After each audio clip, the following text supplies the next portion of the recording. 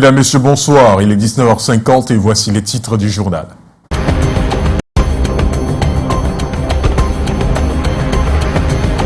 À la une ce soir, la tombe d'Ernest Ouandié, ancien secrétaire général de l'UPC, a été vandalisée à Bafoussam, dans la région de l'Ouest. L'extrémité de la pierre tombale a été cassée. Cet acte de vandalisme a suscité la colère des responsables de l'Union des populations du Cameroun. Vous les écouterez dans cette édition. Dans cette édition également, nous parlerons de la colère des commerçants du marché Mbopi à Douala. Ils ont exprimé leur courroux suite à un énième cas d'agression de leur camarade. Ce dernier, victime, a reçu plusieurs coups de poignard. Il réclame de meilleures dispositions de sécurité. Les festivités de la Journée internationale des droits de la femme sont terminées. La température est revenue à la normale, dans les marchés aussi. Mais des commerçants des pagnes du 8 mars n'ont pas fini d'écouler leur stock. Les clientes ne se bousculent plus dans les comptoirs. Le 19h50 s'interroge sur le sort des invendus 2 jours après la célébration. À Limbé, un fait inédit lors de la 15e journée de la MTN Elite One, des journalistes ont été priés de quitter le stade par le service de communication d'un club. Aucune raison ne leur a été donnée. Et au Gabon, le pays est dans l'ambiance des préparatifs de la présidentielle. 4 candidats sont en liste, parmi lesquels Brice Oligui Nguema, qui a reçu du ministère de la Défense sa mise en indisponibilité. Voilà pour les titres.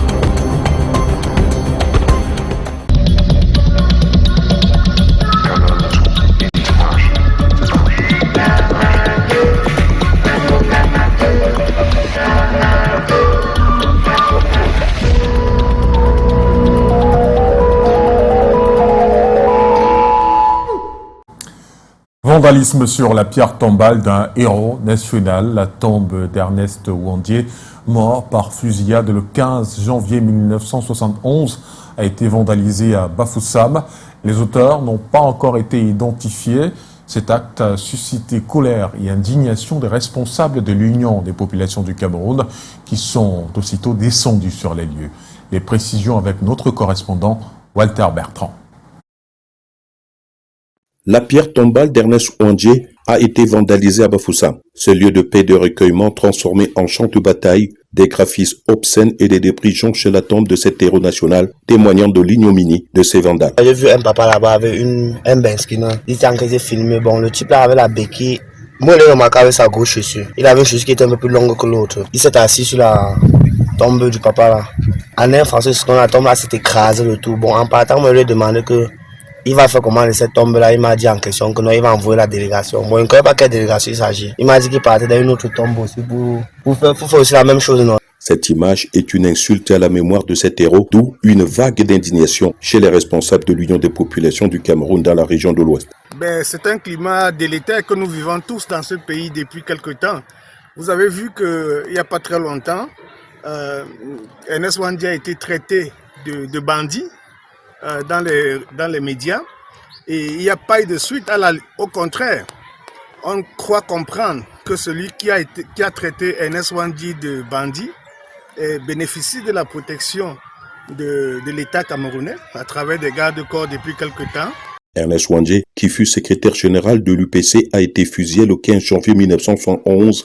Sa dépouille a été inhumée dans un cimetière situé à proximité de l'église évangélique du Cameroun, paroisse du Plateau. Avant la fin de la journée, une plainte sera déposée et l'UPC se réserve la suite des événements.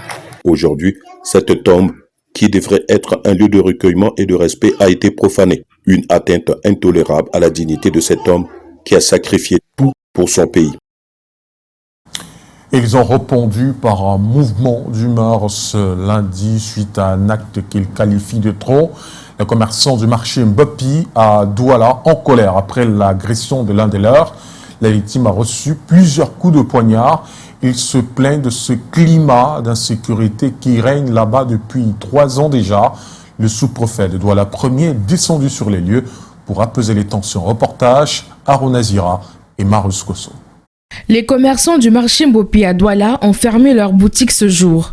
L'un d'entre eux, victime d'agression, a reçu des coups de poignard. Un de nos collègues a été poignardé en plein marché. Il est sorti du marché, il s'est rendu apparemment en ville. Au niveau de l'entrée du marché, il y a un monsieur qui se présente à lui, qui est connu. C'est un monsieur qui est connu, qui l'agresse, qui casse une bouteille et puis tente de lui mettre la bouteille dans le ventre. Une situation de trop pour ces commerçants du secteur friperie qui exercent leur activité dans l'insécurité. Les tels acteurs sont vraiment insupportables. Tous ces commerçants que vous voyez là, ils sont donc venus manifester leur ras-de-bol, dire qu'ils en ont assez. Il n'y a plus de sécurité là. Parce qu'il y a des gars, les manutentionnaires qui viennent, ils s'imposent du nombre de gars qui vont déjà le connaître. Avant, nous on prenait 10, maintenant ils sont à 15, ils imposent certains montants. Et deux fois, ils arrivent à nous fermer les conteneurs. Les anciennes victimes d'agressions déplorent l'inaction des autorités face à leurs plaintes. Chaque fois qu'ils arrachent les sacs, ils arrachent de l'argent aux commerçants qui viennent. Dès qu'ils entrent au quartier là, c'est fini. Or, on connaît leur domicile là, on connaît toutes leurs maisons. On les arrête, on les enferme. Demain, on les revoit dehors. Tout récemment, s'ils étaient en prison, ils sont sortis le même jour. Le sous-préfet de Douala Ier est descendu sur les lieux pour apaiser les commerçants. Des mesures seront prises dans les prochains jours pour régler ce problème. La victime de l'agression a été internée aux urgences dans un hôpital de la place. Son pronostic vital n'est pas engagé. Eneo réalise 400 milliards d'investissements entre 2014 et 2024, des chiffres avancés par le directeur général de l'entreprise en charge de la production et de la distribution de l'énergie électrique au Cameroun. D'après lui, c'est un investissement en vue du raccordement et de l'extension du réseau de distribution de l'énergie au Cameroun, un optimisme pris avec des pincettes par des ingénieurs du domaine et même des leaders de lutte contre la protection des droits de l'homme, des consommateurs, Monique Naossi-Fosso et Colin Stayo. Durant la décennie 2014-2024, Eneo situe le taux d'accès à l'électricité entre 56 à 75%, soit 1,2 million de nouveaux ménages raccordés au réseau électrique national. 400 milliards d'investissements en 10 ans. Peut mieux faire, selon la Fondation camerounaise des consommateurs. Eneo dit avoir investi 400 milliards de francs CFA en 10 ans. Entre-temps, Eneo a eu un chiffre d'affaires de 5 000 milliards environ en 10 ans, dont moins de 10% a été consacré à l'investissement. Pourtant, le Cameroun est un pays où l'investissement devrait être continu et véritablement conséquent. Nous invitons donc Eneo à quadrupler son investissement afin que nous ayons l'électricité dans les 4 coins du Cameroun. Il est hors de question qu'on continue d'utiliser la lampe tempête. Il est hors de question que nous ayons une énergie de mauvaise qualité. Il est hors de question que nous vivions encore en 2025 des délaissages dans des grandes capitales comme Yaoundé et Douala, sans oublier Bafoussam, Garoua, Kribi et Limbé. Donc nous voulons l'électricité en continu et nous demandons surtout que le tarif hanté soit en vigueur. Ce déficit est prégnant dans le réseau interconnecté sud. Le barrage de Menvele connaissant encore de l'étiage en cette période de crue ou encore des problèmes de réglage de la 7e turbine de Nachigal. Il y aurait une embellie à l'horizon, mais sous condition. Si Dibamba, Kribi et Menvele sont en pleine production et que Nachigal aussi est réglé, je pense qu'on peut avoir une belle embellie d'ici le mois de mars et avril et que le réseau en termes d'électricité soit stabilisé. Les travaux de maintenance de la Sonatrel sur les lignes 200 kV sont aussi à observer. Dans l'actualité également, la session parlementaire du mois de mars s'ouvre ce mardi 11 mars à l'Assemblée nationale et au Sénat. Cette première session de l'année législative 2025 sera consacrée dans les deux chambres à l'élection du bureau. Les secrétaires généraux de la Chambre basse et de la Chambre haute du Parlement ont inspecté les sites ce lundi pour s'assurer que tout est prêt pour le début des travaux. Delphine Foncoutene et Serge Alain Zibou. Au siège du Conseil économique et social, l'heure est aux derniers ajustements. C'est ici que le Sénat tiendra ses travaux dans le cadre de la session parlementaire du mois de mars, dont le coup d'envoi est prévu ce mardi 11. À quelques heures du démarrage, le secrétaire général, accompagné de plusieurs membres du bureau du Sénat, s'assure que tout est fin prêt. D'un pas méthodique, il parcourt les 3 salles de commission situées entre les 2 niveaux du bâtiment. Chaque recoin est inspecté avec munitie. Dans l'hémicycle, les macarons des sénateurs sont déjà disposés, dessinant la cartographie de cette chambre haute en mouvement. Le pupitre, le perchoir, les micros, tout est passé au crible. En synergie avec les équipes techniques, Les derniers tests de sonorisation sont bouclés. Verdict du secrétaire général, démarrage sans faute. Après tout ce que nous avons vu et entendu, nous croyons que nous sommes fin prêts pour la tenue de la session de demain. À l'Assemblée nationale, même rituel, mais dans un cadre inédit. Pour la première fois, les plénières de cette session du mois de mars se tiendront dans le nouvel hémicycle de Ngwa-Ekele. Le secrétaire général et ses adjoints ont investi le site cet après-midi pour un état des lieux exhaustif. L'hémicycle est scruté sous toutes ses coutures, des salles de commission à l'infirmerie, en passant par les services de sécurité. L'objectif est clair, garantir un début de session sans fausse note. Les cavaliers sont déjà installés, placés en ordre due et forme, aussi comme les cavaliers portant le nom des autorités qui seront là. Toutes les conditions techniques ont été réunies pour assurer que la séance se déroule dans la plus grande sérénité. Que ce soit à l'Assemblée nationale ou au Sénat, tout est en place. Rappelons que cette session parlementaire du mois de mars est consacrée à l'élection du bureau des 2 chambres du Parlement. Et le Cameroun s'est joint à la communauté internationale ce dimanche pour célébrer la journée du Commonwealth sous le thème « Ensemble, nous prospérons » dans des communautés fortes qui promeuvent le progrès et la paix. À cette occasion, plusieurs interventions lors d'une cérémonie au ministère des Relations extérieures ont clôturé une semaine d'activité. Le Conseil national de la jeunesse du Cameroun a activement participé à cette fête, occasion de renforcer les liens entre les pays membres et de promouvoir les valeurs de coopération, de paix et de développement. Je vous propose une attitude de la présidente Fadjimatou Iyawa Ousmanou au micro de Karel Mesatiachoya et Jean-Bernard Tani. Un représentant du Commonwealth ici au Cameroun, nous avons organisé des plateformes d'échange entre les jeunes, le gouvernement et les différents acteurs clés qui jouent un rôle pour pouvoir accompagner les jeunes dans le domaine de l'éducation, de l'emploi, de l'entrepreneuriat jeune, de l'engagement des jeunes. Et on a aussi vu les jeunes dans le cadre de la célébration du Commonwealth, de la journée du Commonwealth, participer à des concours qui ont permis d'avoir les meilleurs gagnants dans les 10 régions du Cameroun et qui se sont vus aujourd'hui primés. Et c'est l'occasion pour moi d'inviter d'autres jeunes à pouvoir contribuer à la construction d'un Commonwealth fort avec ses pays membres et avec une jeunesse forte qui travaille main dans la main avec les institutions. Et cela s'écrira comme un saut qualitatif dans la pratique du journalisme au Cameroun, la mise sur pied du Conseil de déontologie journalistique. Le projet porté par le Syndicat national des journalistes du Cameroun, SNJC, a entamé ce jour une phase décisive sous la houlette de la Fédération internationale des journalistes. De nombreux responsables de médias ont pris part aux consultations devant conduire à la création de cet organe, mais aussi de mettre sur pied la commission de délivrance de cartes de presse. Joël John III et Samuel Ebakissé. Dans cette salle, des responsables de médias, des membres du syndicat national des journalistes du Cameroun, chapeautés par sa présidente nationale, et la présence remarquée des hauts responsables de la Fédération internationale des journalistes. Tout ce beau monde réuni pour un objectif commun, la création au Cameroun du Conseil de déontologie des médias. Pour l'autorégulation, nous avons besoin d'un organe qui nous permet de nous retrouver entre pairs, d'identifier les difficultés que nous avons, les plaintes que nous avons. Tout comme la relance de la commission de délivrance de la carte de presse est d'une importance capitale. Des partenaires tels que CFI et FIJ apportent leur expertise pour la concrétisation de ces projets salutaires. Vous avez une année cruciale d'un point de vue politique. Et tous et toutes, vous allez avoir besoin de cette carte de presse.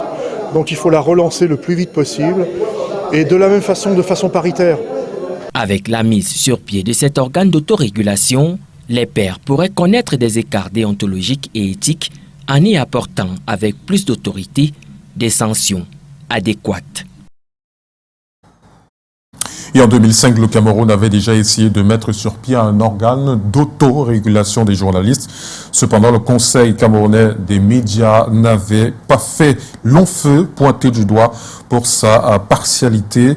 20 ans plus tard, sous la houlette du SNJC, le Cameroun souhaite créer le Conseil de déontologie des médias afin de permettre l'autorégulation des écarts de la profession. On voit cela avec Joël Jomtroa une fois de plus.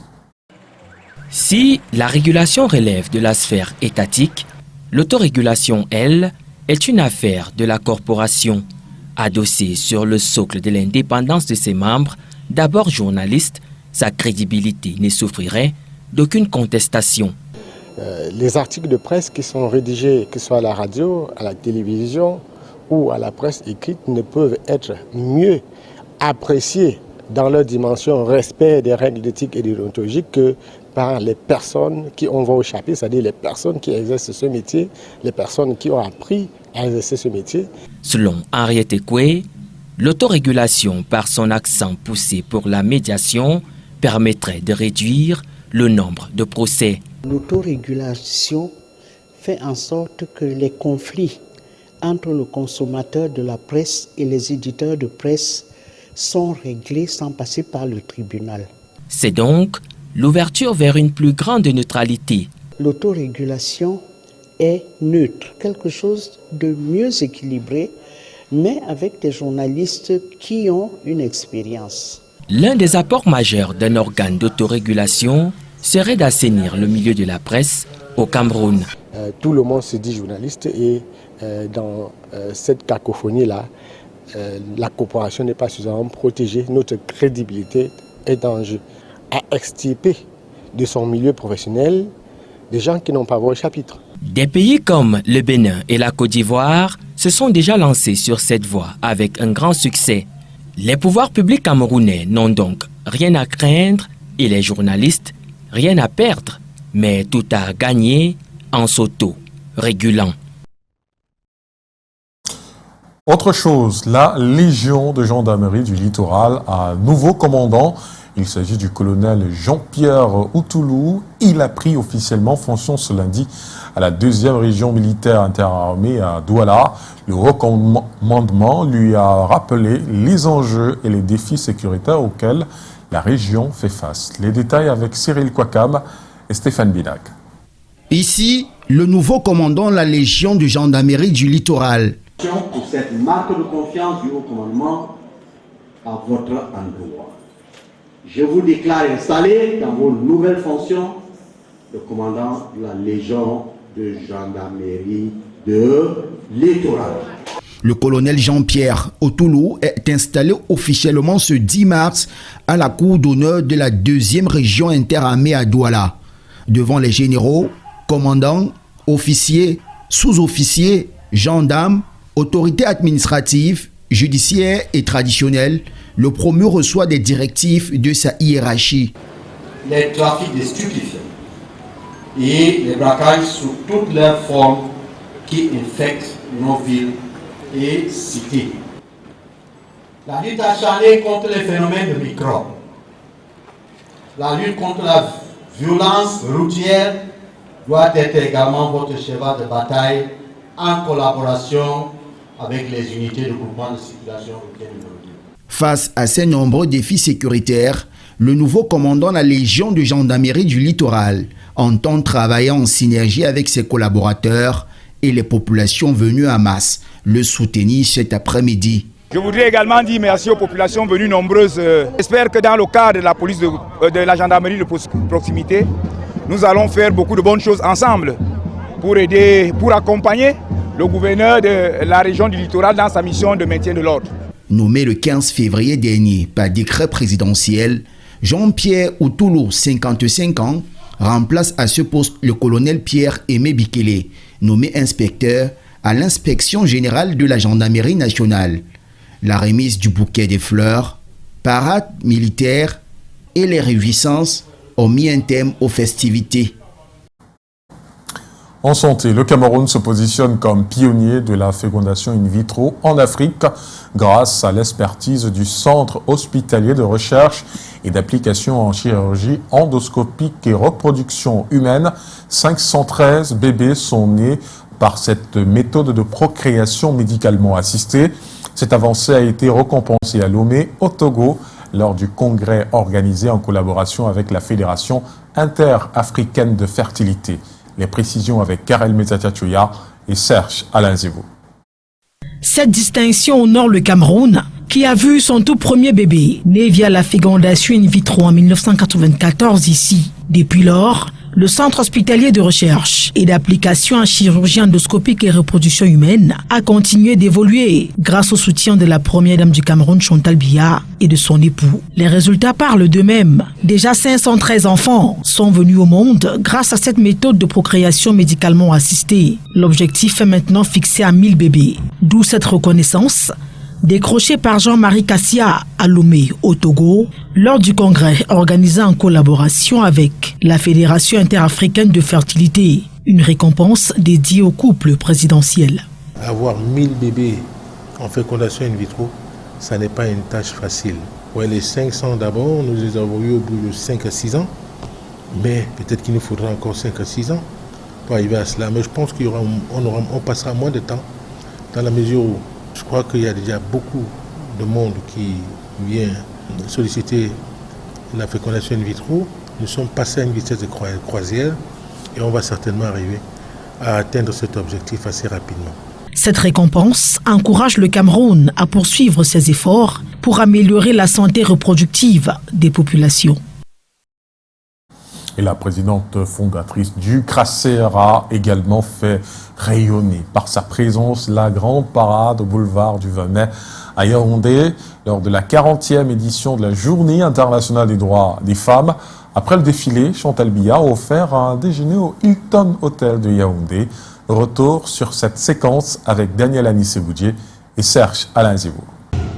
Son arrivée rehausse la solennité de la Journée internationale de la femme ce 8 mars 2025 au boulevard du 20 mai à Yaoundé. La première dame du Cameroun est accueillie à sa descente de voiture par la ministre de la Promotion de la Femme et de la Famille, Marie-Thérèse Abena-Andoua. Bouquet de fleurs.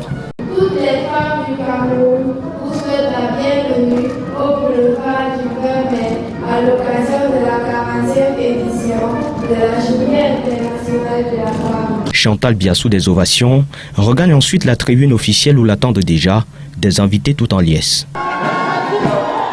Le décor planté, le train de la grande parade peut s'élancer. De son éclat, l'épouse du chef de l'État illumine le boulevard sur lequel défilent des femmes de la sécurité, femmes des administrations publiques, entreprises publiques et parapubliques, entreprises et privées, femmes d'affaires et leaders, associations, femmes politiques, femmes des médias et autres. À chaque passage, la première dame acclame, n'hésitant pas à se lever de temps à autre pour encourager les dames.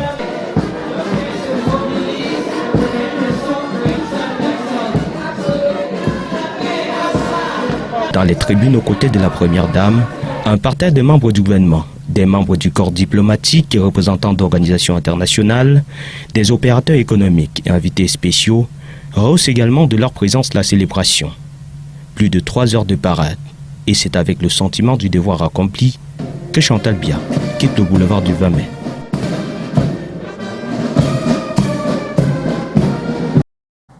Et les femmes du groupe Canal 2 se sont bien illustrées à la place de la BCK à Douala à l'occasion de la Journée internationale des droits des femmes. Leur passage a été fortement salué dans les tribunes. Des moments que je vous propose de revivre dans ce reportage de Titi Freeman et Armand Pagnard. Caméra en main, l'artiste Monica a retenu l'attention de l'assistance à la place des fêtes de la BCK lors du passage du personnel féminin du groupe Canal 2. Une démonstration des capacités et aptitudes des femmes, maillon essentiel du groupe de médias leaders. Le passage est salué par la directrice des opérations et l'ensemble de l'assistance.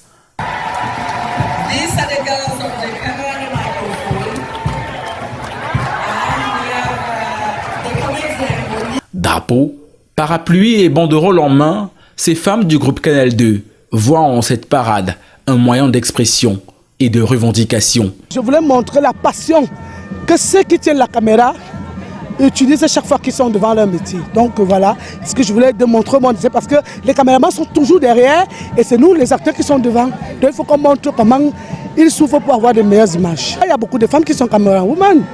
Bon, maintenant, c'est pour dire aux femmes qui sont camerawomen que je connais ce que vous endurez et j'essaie de montrer au monde entier ce que vous pouvez faire aussi. Le défilé s'est bien passé, c'était bien, c'était émouvant de voir à quel point plusieurs femmes de différentes entreprises et associations se sont réunies pour rendre hommage à la femme, celle-là qui est la mère de l'humanité, celle-là qui est battante, mais surtout pour apporter du courage à ces femmes qui font face à plusieurs difficultés avec beaucoup de résilience et de détermination.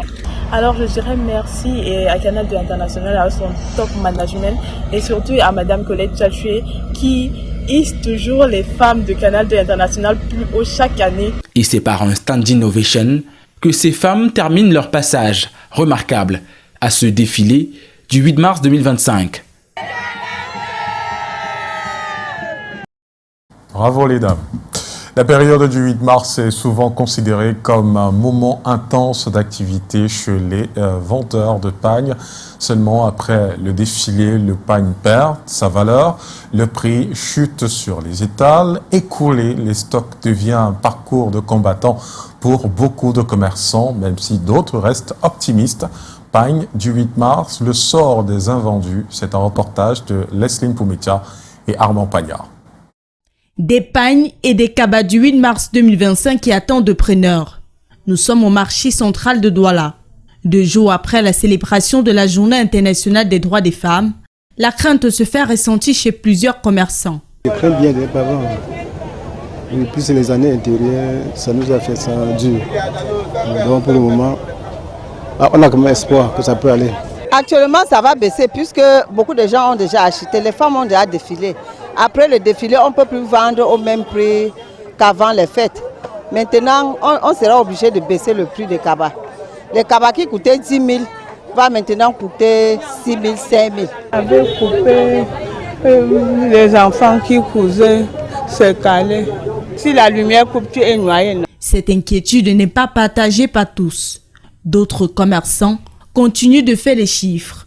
Le 8 mars se passe très bien, même avec le reste là. C'est parce que hier, le 8, Eneo nous a fauché à la dernière minute. Sinon, on devait écouler ça le 8. Même jusqu'à présent, il y a de l'affluence, on achète. J'avais presque 40 pièces qui sont restées. Je suis à une vingtaine maintenant. Parmi eux, il y a ceux qui misent sur la clientèle étrangère pour arrondir leurs bénéfices. Ça n'a pas tellement baissé parce qu'ils disent que les gens de la diaspora viendront acheter les pagnes après le 8 mars. Bon, ça n'a toujours pas baissé. C'est toujours un peu, mais pas tellement comme avant le 8 mars. Donc, comme ce qui est là placé, il me dit 12 500. J'ai prévu 10 000 francs. Au lendemain de cette célébration, l'heure est au bilan chez les commerçants. Parlons football à présent des journalistes sortis du Centenary Stadium de Limbe ce dimanche lors du match de la 15e journée de l'Elite One. Parmi eux, ceux de Canal 2 International, ils ont été éconduits par le service de presse de Victoria United pour des raisons jusqu'ici incomprises. Retour sur les faits avec Mathieu Fangwa et Luciano Dudunjako. Quelques minutes seulement après le coup d'envoi, le voilà est conduit par la cellule de communication de Victoria United pour des raisons peu connues. Je suis au stade, je rentre, on m'a interdit de filmer le match. La première image que j'ai filmée, c'est le premier coup franc du match. Il y a un monsieur jeune costaud qui vient vers moi et me dit vous n'allez pas filmer. Il me dit c'est notre stade à nous, on a loué notre stade, c'est un peu la Fakafou qui parle ici. Il a envoyé un monsieur porter mon crépier, mon sac, ma caméra est venue me donner. Fait similaire pour Franck Lima, le journaliste a été conduit hors du stade avec pour instruction aux vendeurs l'interdiction de lui vendre un ticket. Je suis entré à l'intérieur du stade, je me suis assis à la tribune presse. Tout à coup, le team press officer de Victoria United est venu arracher mon téléphone. Il a fallu l'intervention des FMO, les forces de maintien de l'ordre, pour que ce dernier puisse remettre mon téléphone. Ils m'ont mis dehors en donnant l'ordre aux vigiles, aux vendeurs de tickets de ne me vendre aucun ticket. Saisis par la rédaction de Canal 2 International, les responsables de Victoria United affirment ne pas se reconnaître dans ces accusations. La Fédération camerounaise de football déclare à son tour avoir pris acte des faits qui se sont déroulés au Centenary Stadium de Limbe. La FECAFOOT a appris malheureusement un peu tard les faits qui se sont produits hier du côté de Limbe. Et je peux vous dire qu'une enquête a été aussitôt ouverte et nous attendons les conclusions de cette enquête. Nous regrettons les actes qui sont décriés et rappelons que les journalistes accrédités ont le droit de couvrir le championnat, peu importe la ville et le stade. Rappelons qu'au sorti du match, les supporters nous ont informé qu'Opopo s'est imposé un seul petit but à 0 face à l'Aigle du Mungo. Présidentielle au Gabon, 4 candidats en lice. Brice Oligui Nguema, l'actuel président de la transition candidat, affirme avoir reçu sa mise en indisponibilité auprès du ministère de la Défense. En RDC, le parti de Joseph Kabila, accusé de soutenir les rebelles du M23. Et au Burkina Faso, le président ghanéen boucle sa dernière étape dans les pays du Sahel pour un retour à la CEDEAO. Lille Piediou et Calvin Tekam.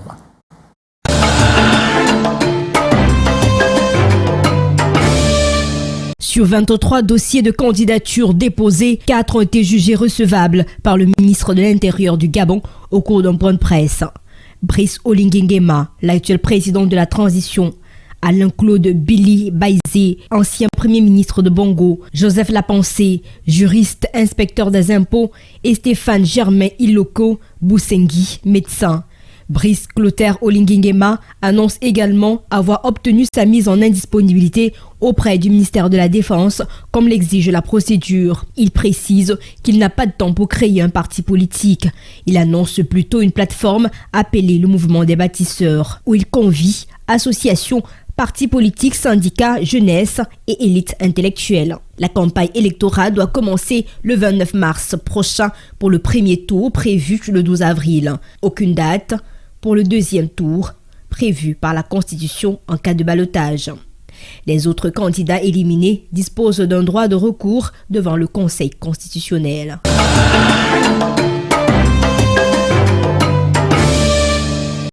Les responsables du PPRD sont devant la justice en République démocratique du Congo.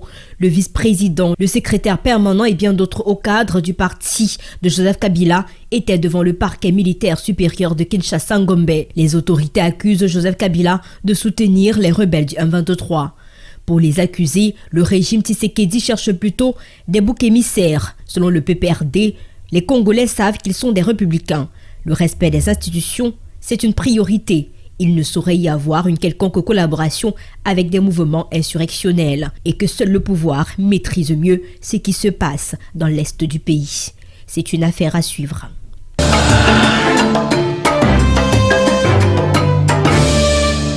John Dramani Mahama est au Burkina Faso depuis ce lundi matin. Le président ghanéen était accueilli par le capitaine Ibrahim Traoré et les deux hommes d'État ont plusieurs sujets en instance, notamment le renforcement de la coopération bilatérale, la situation sécuritaire au Sahel. C'est la dernière étape de la tournée du président ghanéen après le Mali et le Niger. Il espère convaincre ces pays à renouer avec la CEDEAO. Il affirme qu'il est encore possible de trouver un terrain d'entente entre les États du Sahel et ceux de la CEDEAO.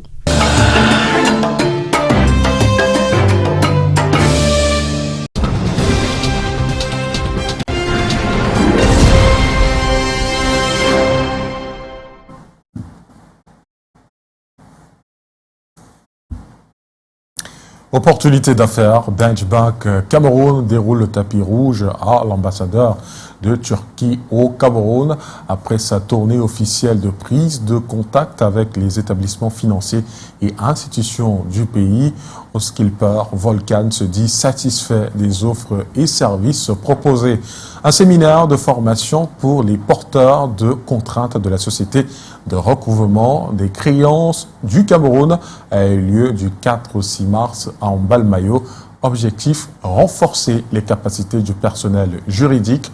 Et au bout d'une semaine riche et intense d'activités sportives et intellectuelles, les femmes de l'hôtel Montphébé ont achevé la journée du 8 mars dans un salon VIP de l'établissement hôtelier classé 4 étoiles entre repas, karaoké, remise de prix et meilleurs employés.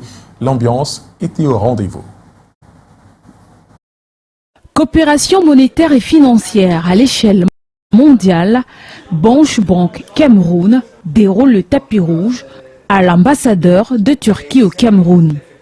En visite de travail à l'agence de Douala à Kwa le vendredi 28 février 2025, le diplomate turc a saisi cette occasion pour en savoir davantage sur le fonctionnement de cette institution bancaire. Au bout de 90 minutes d'échanges nourris, il exprime toute sa satisfaction.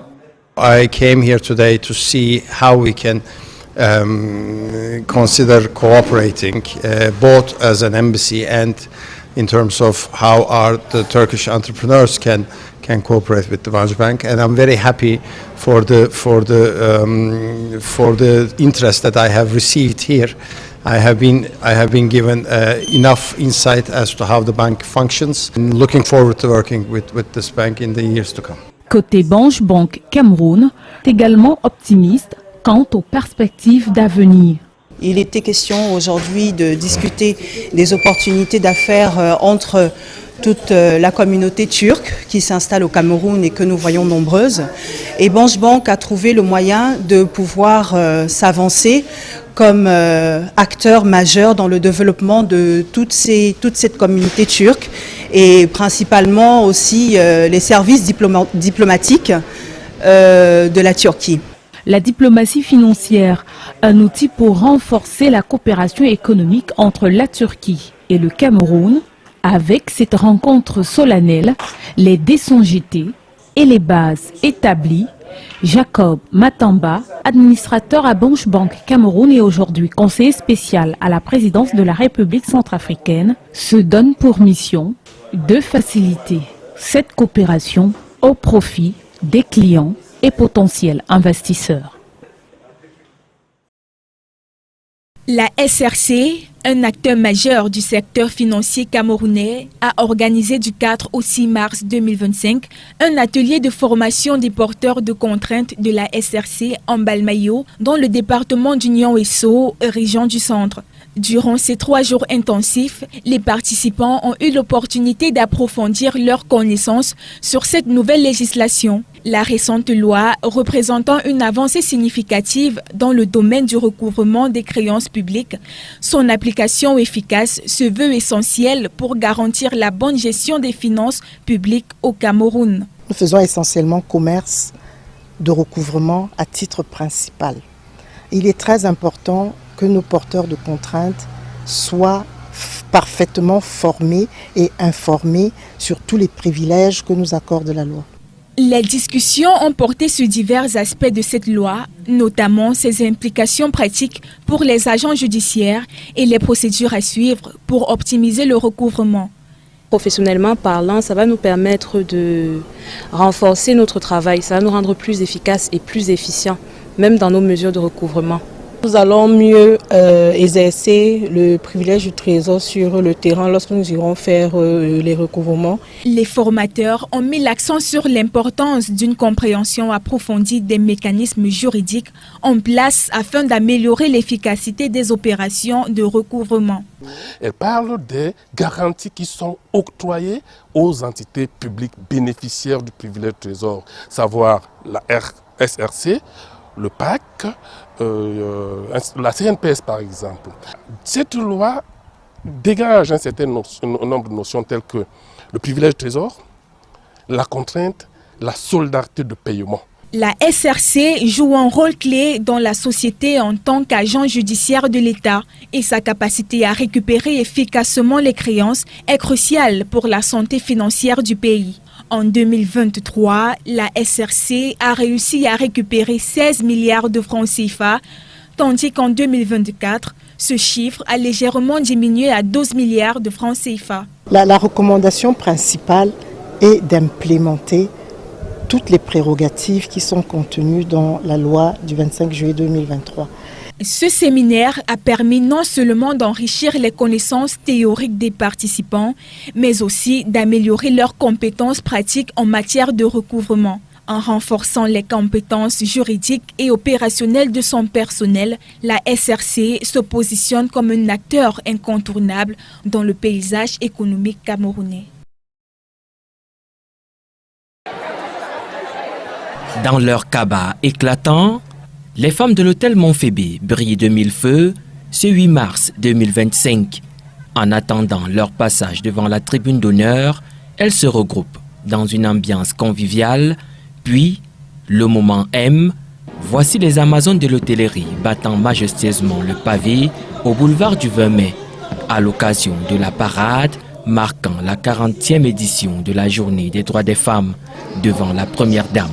Cette étape marque l'apothéose d'une semaine d'activité intellectuelle avec un atelier sur la gestion financière, des activités plus pratiques telles que le nouage de cravates, entre autres. Donc moi j'ai appris les bonnes choses aujourd'hui que, comme on dit femme autonome, il faut apprendre à donner un peu pour supporter l'homme, pour y arriver et faire les bonnes constructions dans la vie. Elle ne doit pas être un poids, elle doit être un moteur, elle doit apporter un plus à sa famille. Cerise sur le gâteau, les Amazones du Montphébé se retrouvent pour s'offrir les délices qu'elles offrent chaque jour à leur aimable clientèle, une particularité n'ayant pas échappé à une invitée spéciale qui apprécie au passage le professionnalisme de ces dames. Le service est bon, vous savez que c'est un hôtel de 4 étoiles, donc tout se passe bien. Et elles sont professionnelles dans tous les services, moi j'ai apprécié. Pour marquer le coup, les femmes les plus dynamiques sont récompensées. Le temps aussi de célébrer d'une manière particulière une de leurs sœurs, née un 8 mars. Par des prestations très appréciées, les femmes vont faire le show. Bien entendu, sans excès. Mention spéciale des responsables. Nous avons beaucoup appris et maintenant tout ce qui nous reste, c'est de mettre en pratique tout ce qu'on s'est dit durant cette journée. Merci au directeur général de l'hôtel Montphébé parce que grâce à lui, on a pu mener toutes les activités que les femmes ont prévues pour cette période de la célébration de la femme. Le cadre resplendissant de l'hôtel Montphébé a attiré plusieurs autres structures en quête d'un espace unique pour célébrer les femmes.